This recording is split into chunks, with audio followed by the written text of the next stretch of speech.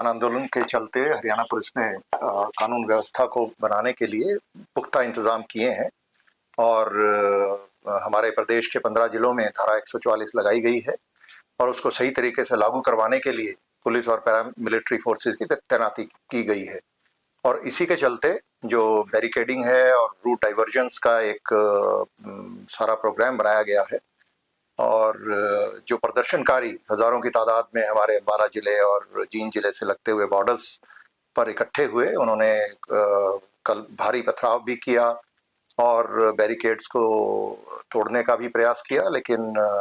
Police और paramilitary forces ने अपना संयम और धैर्य बनाए रखते हुए इस सारे प्रयास को विफल किया और कम से कम फोर्स यूज करके अश्रु गैस और वाटर कैनन का प्रयोग करके स्थिति को नियंत्रण में रखा। और इस सारे इसके तहत करीब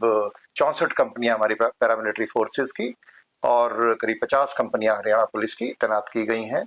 और जो कल पथराव हुआ और जिस तरीके से हमले हुए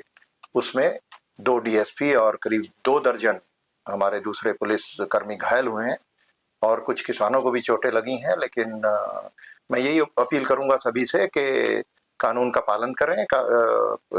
बैरिकेड्स को तोड़ने का प्रयास करना, पुलिस पर पथराव करना, पैरामिलिट्री फोर्सेस पर हमले करना, ये सही नहीं है और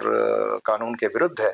कोई भी काम, कोई भी व्यक्ति कानून के विरुद्ध जाकर के ना करे। कानून को की पालना करते हुए शांतिपूर्ण तरीके से अपना धरना प्रदर्शन करें और अपनी मांगे रखें। ट्रैफिक एडवाइजरी जारी की गई, अब लोग कौन से रूट का इस्तेमाल करें? मुख्य रूप से जो हमारा अंबाला चंडीगढ़ रूट है वो बाधित है और उसके लिए हमने एडवाइजरी जारी की है कि उसको हम जो साहा और लाडवा इंद्री के रास्ते से करनाल चंडीगढ़ से जा सकते हैं और इसी रास्ते से करनाल से दिल्ली की तरफ से आते हुए करनाल से इंद्री, लाडवा और जो यमुनानगर हाईवे लेकर के हम साहा के रास्ते से पंचकुला होते हुए चंडीगढ़ आ सकते हैं। आंदोलन के चलते हरियाणा पुलिस ने कानून व्यवस्था को बनाने के लिए पुख्ता इंतजाम किए हैं और हमारे प्रदेश के 15 जिलों में धारा 144 लगाई गई है और उसको सही तरीके से लागू करवाने के लिए पुलिस और पैरा मिलिट्री फोर्सेस की तैनाती की गई है।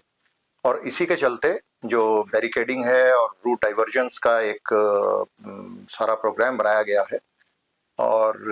जो प्रदर्शनकारी हजारों की तादाद में हमारे 12 जिले और जींद जिले से लगते हुए बॉर्डर्स पर इकट्ठे हुए, उन्होंने कल भारी पथराव भी किया और बैरिकेड्स को तोड़ने का भी प्रयास किया, लेकिन पुलिस और पैरामिलिट्री फोर्सेस ने अपना संयम और धैर्य बनाए रखते हुए इस सारे प्रयास को विफल किया और कम से कम फोर्स यूज करके अश्रु गैस और वाटर कैनन का प्रयोग करके स्थिति को नियंत्रण में रखा। और इस सारे इसके तहत करीब 64 कंपनियां हमारी पैरामिलिट्री फोर्सेस की और करीब 50 कंपनियां हरियाणा पुलिस की तैनात की गई हैं। और जो कल पथराव हुआ और जिस तरीके से हमले हुए उसमें 2 डीएसपी और करीब 2 दर्जन हमारे दूसरे पुलिस कर्मी घायल हुए हैं और कुछ किसानों को भी चोटें लगी हैं। लेकिन मैं यही अपील करूंगा सभी से कि कानून का पालन करें। बैरिकेड्स को तोड़ने का प्रयास करना, पुलिस पर पथराव करना, पैरामिलिट्री फोर्सेस पर हमले करना, ये सही नहीं है और कानून के विरुद्ध है।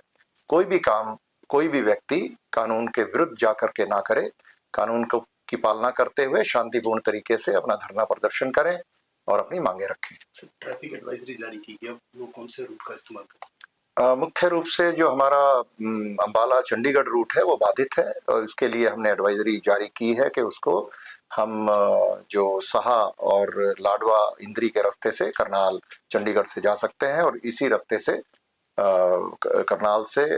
दिल्ली की तरफ से आते हुए करनाल से इंद्री, लाडवा और जो